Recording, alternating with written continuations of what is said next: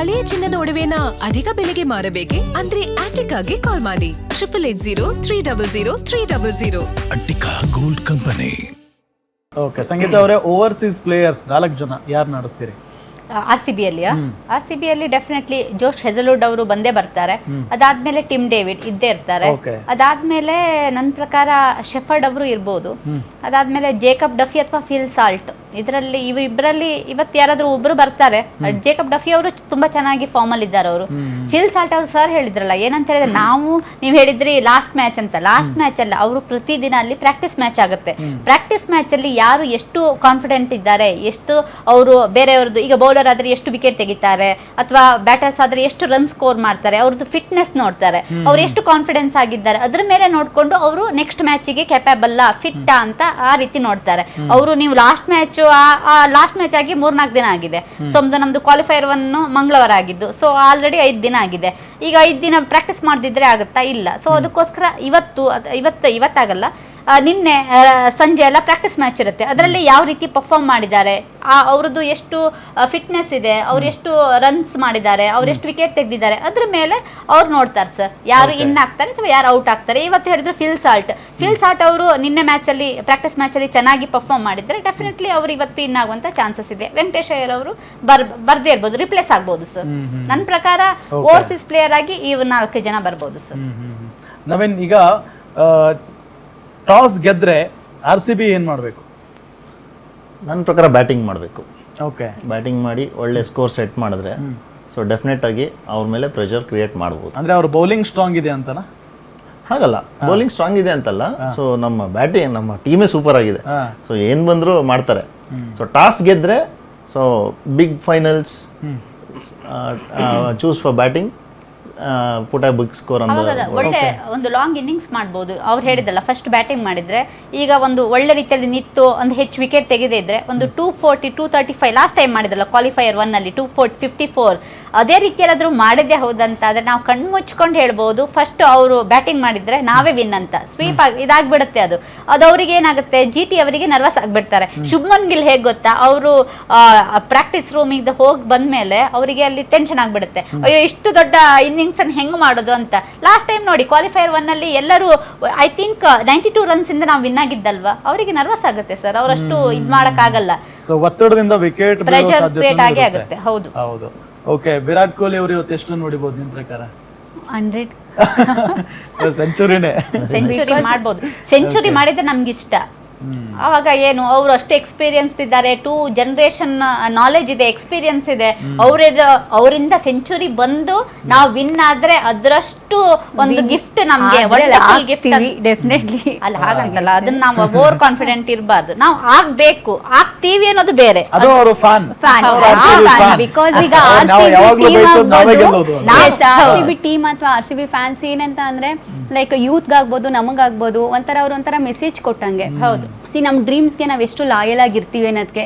18 years world may laugh at us ಅಥವಾ like ಅಷ್ಟು meme ಮಾಡಿರ್ಬೋದು, ಏನೇ ಮಾಡಿದ್ರು ಎಷ್ಟು ಲಾಯಲ್ ಆಗಿದ್ರೆ ಹೇಗೆ ರಿಸಲ್ಟ್ ಸಿಗುತ್ತೆ ಅನ್ನೋದಕ್ಕೆ ಎಕ್ಸಾಂಪಲ್ ಕೊಹ್ಲಿ. ವಿರಾಟ್ ಕೊಹ್ಲಿ ಅವ್ರ ಬಗ್ಗೆ ಹೇಳೋದಾದ್ರೆ ಅವ್ರು 18 years ಈಗ 19 years ಇಂದ ಒಂದೇ ಟೀಮ್ ಅಲ್ಲಿ ಇರೋದು. It's very difficult.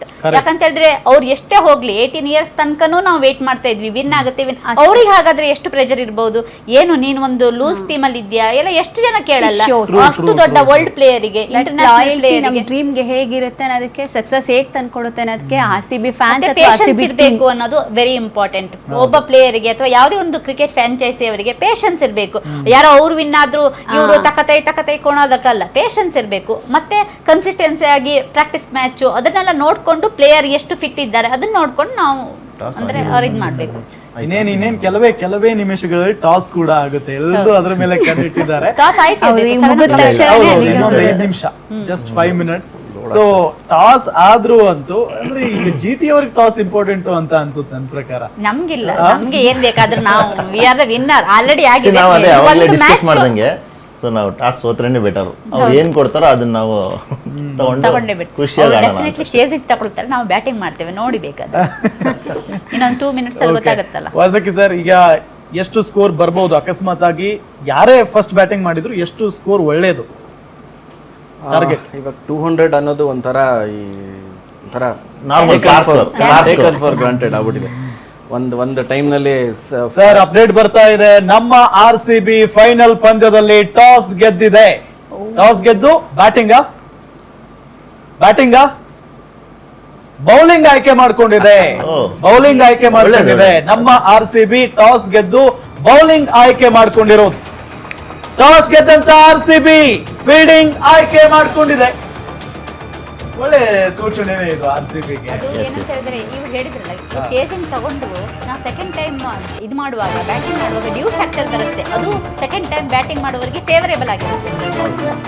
ಅದಕ್ಕೋಸ್ಕರ ಆ ರೀತಿಯಲ್ಲಿ ನೋಡಿ ಮಾಡಿರ್ಬೋದು ಅವರು. ಸೊ ನಮ್ಮ ಚೇಸ್ ಕಿಂಗ್ ಇದ್ದೇ ಇದ್ದಾರೆ. ಅದರಲ್ಲಿ ಪ್ಲಸ್ ಪಾಯಿಂಟ್.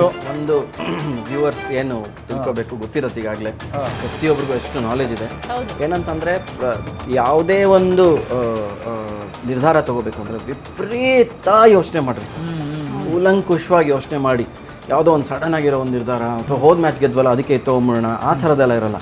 ಸೊ RCB ಇಷ್ಟು ಮಟ್ಟಿಗೆ ಈ ಥರ ನಾಲೆಜ್ ಇರೋ RCB, ದಿನೇಶ್ ಕಾರ್ತಿಕ್ ಇರ್ಬೋದು, ಆಂಡಿ ಫ್ಲವರ್ ಇರ್ಬೋದು, ಬೋಬಾಟ್ ಇರ್ಬೋದು, ಆರ್ ಪಟಿದಾರ್ ಇರ್ಬೋದು, ಅವರೆಲ್ಲ ಸೇರಿ if they have taken fielding ಅದ್ರಲ್ಲಿ ಏನೋ ಒಂದು ಗಮ್ಮತ್ ಇರುತ್ತೆ ಅದು ಅಲ್ಲ ನೋಡಿ, ನರೇಂದ್ರ ಮೋದಿ ಸ್ಟೇಡಿಯಂ ಹೇಳೋದಾದ್ರೆ ಐ ಥಿಂಕ್ 2023 ಅಲ್ಲ ನಾವು ವರ್ಲ್ಡ್ ಕಪ್ ಆಗಿರೋದು ಆಸ್ಟ್ರೇಲಿಯಾ ವರ್ಸಸ್ ಇಂಡಿಯಾ. ಅವರು ಆಸ್ಟ್ರೇಲಿಯಾದವರು ಕುಲಂಕುಷವಾಗಿ ಅವ್ರು ಟಾಸ್ ವಿನ್ ಆಗಿದ್ದು, ಅವ್ರು ಚೇಸಿಂಗ್ ತಗೊಂಡು ಅದು ಬೆನಿಫಿಟ್ ಆಯ್ತು ಅವರಿಗೆ, ಅವ್ರು ವಿನ್ ಆದ್ರಲ್ಲ. ಸೊ ಐ ಥಿಂಕ್ ಆ ರೀತಿ ಎಲ್ಲ ನೋಡಿರ್ಬೋದು ಅವರು. ಚೇಸಿಂಗ್ ಆದ್ರೆ ಏನಾಯ್ತು, ನಮ್ಗೆ ನಾವು ಕಾನ್ಫಿಡೆಂಟ್ ಆಗಿದ್ರೆ ಆಯ್ತು ಅಷ್ಟೇ. ನಾವು ರೆಸ್ಪಾನ್ಸಿಬಲ್ ಆಗಿ ಆಡಿದ್ರೆ ಯಾವುದೇ ಚೇಸ್ ಅಂತ ಬಂದಾಗ್ಲೂ ಕೂಡ RCBದು ಮೇಲುಗೈ ಇದೆ. ಯಾಕೆ ಅಂದ್ರೆ ವಿರಾಟ್ ಕೊಹ್ಲಿ ಅಂತ ದಿಗ್ಗಜ ಇದ್ದಾರೆ, ಮತ್ತೆ ಚೇಸ್ ಅಂತ ಬಂದಾಗ ಅವರು ಕಿಂಗ್. ಯಾವಾಗ ವಿರಾಟ್ ಕೊಹ್ಲಿ ಅವರು 5 ಓವರ್ ಮೇಲ್ಪಟ್ಟು ನಿಂತ್ಕೊಳ್ತಾರೋ ಚೇಂಜ್ ಆಗ್ತಾರೋ ಅವರು, ಯಾವುದೇ ಕಾರಣಕ್ಕೂ ಅವ್ರು ವಿಕೆಟ್ ಹೋಗಲ್ಲ, ಜೊತೆಗೆ ಗೆಲ್ಲಿಸ್ಕೊಂಡೇ ಹೊರಗೆ ಹೋಗ್ತಾರೆ ಅನ್ನೋದು ಇತಿಹಾಸ ಕೂಡ ಇದೆ. 8 ಮ್ಯಾಚ್ ಅಲ್ಲಿ ಪವರ್ ಪ್ಲೇ ದಾಟಿದ್ದಾರೆ, 8 ಮ್ಯಾಚ್ ಗೆದ್ದಿದ್ದಾರೆ. ಯಾವಾಗ ವಿರಾಟ್ ಕೊಹ್ಲಿ ಬೇಗ ಔಟ್ ಆಗ್ತಾರೋ ಸ್ವಲ್ಪ ನರ್ವಸ್ ಆಗ್ತವೆ. ಸರ್ ಈಗ ಮೈನ್ ಥಿಂಗ್ ಬಂದು GTಗೆ ಈ ಫಸ್ಟ್ 3 ಟಾಪ್ 3 ತುಂಬಾ ಪ್ರೆಷರ್ ಅಲ್ಲಿ ಇರುತ್ತೆ. ಯಾಕಂದ್ರೆ ಅವ್ರು 3 ಜನನೇ ಆಡ್ಬಿಟ್ಟು ಸ್ಕೋರ್ ಸೆಟ್ ಮಾಡ್ಬೇಕು, ಬೇರೆ ಇನ್ಯಾರಿಗೂ ಗೊತ್ತಿಲ್ಲ. ಯಾಕಂದ್ರೆ ತೆವಾಟಿಯಾ ಬರ್ತಾರೆ, ಆಮೇಲೆ ಅದು ಅವರು ಫಿನಿಷರ್ ರೋಲ್ ಮಾಡ್ತಾರೆ. ಬಟ್ ಈಗ ಇವ್ರ 3 ಜನಕ್ಕೆ ಎಷ್ಟು ಪ್ರೆಷರ್ ಇರುತ್ತೆ ಅಂದ್ರೆ ಬೇರೆಯವ್ರು ಆಡ್ತಿಲ್ಲ. ಸೊ ಇವ್ರು ನಿಂತ್ಕೊಂಡು ಆಡ್ಬೇಕು, ಸ್ಕೋರು ಮಾಡಬೇಕು. ಸೊ ಆ ಟೈಮಲ್ಲಿ ವಿಕೆಟ್ ಹೋಗೋದು ಖಂಡಿತ. ಸೊ ಇದೊಂದು ಅಡ್ವಾಂಟೇಜ್.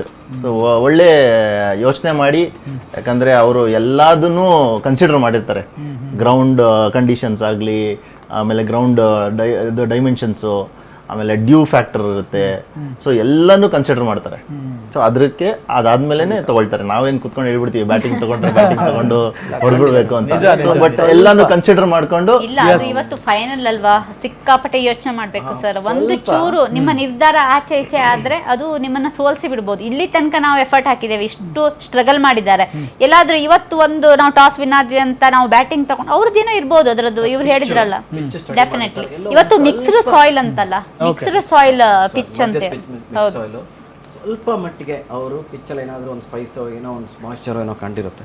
ಮಾಯ್ಶ್ಚರ್ ಇದ್ಬಿಟ್ರೆ ನಮ್ಮ ಬೌಲಿಂಗ್ ಆಡಕ್ಕೆ ತುಂಬಾನೇ ಕಷ್ಟ. ಯಾವುದೇ ಬೌಲಿಂಗ್ ಆಡಕ್ಕೆ ಕಷ್ಟ, ರಬಾಡ ಬೌಲಿಂಗ್ ಆಡಕ್ಕೂ ಕಷ್ಟ, ರಬಾಡ ಬೌಲಿಂಗ್ ಆಡೋದು ಕಷ್ಟ. ಸೊ ಆದ್ರಿಂದ ಒಳ್ಳೆ ನಿರ್ಧಾರನೇ ಅನ್ಬೋದು. ಸ್ವಲ್ಪ ಮೆಂಟಲಿ ಅವ್ರಿಗೆ ಅಡ್ವಾಂಟೇಜ್ ಇದೆ GTಗೆ. ಥ್ಯಾಂಕ್ ಯು ಸೋ ಮಚ್ ಎಲ್ಲರಿಗೂ ಕೂಡ. ಇಷ್ಟೊತ್ತು ಜಾಯ್ನ್ ಆಗಿದ್ದಕ್ಕೆ. ನೋಡೋಣ ಇವತ್ತು 2ನೇ ಬಾರಿಗೆ, ಅಂದ್ರೆ ಸತತವಾಗಿ 2ನೇ ಬಾರಿಗೆ ನಮ್ಮ RCB ಫೈನಲ್ ಬಂದಿದೆ. ಒಳ್ಳೆ ಸೂಚನೆ, ಟಾಸ್ ಗೆದ್ದು ಬೌಲಿಂಗ್ ಆಯ್ಕೆ ಮಾಡ್ಕೊಂಡಿರೋದು. ಖಂಡಿತ ಮ್ಯಾಚ್ ಕೂಡ ಗೆಲ್ಲಲಿ ಅಂತ ಪ್ರಾರ್ಥಿಸ್ತಾ ಈ ಕಾರ್ಯಕ್ರಮವನ್ನ ಇಲ್ಲಿಗೆ ಮುಗಿಸ್ತಾ ಇದ್ದೀವಿ. ನೋಡ್ತಾ ಇರಿ ಗ್ಯಾರಂಟಿ ನ್ಯೂಸ್, ಸುದ್ದಿ ಖಚಿತ, ನ್ಯಾಯ ನಿಶ್ಚಿತ.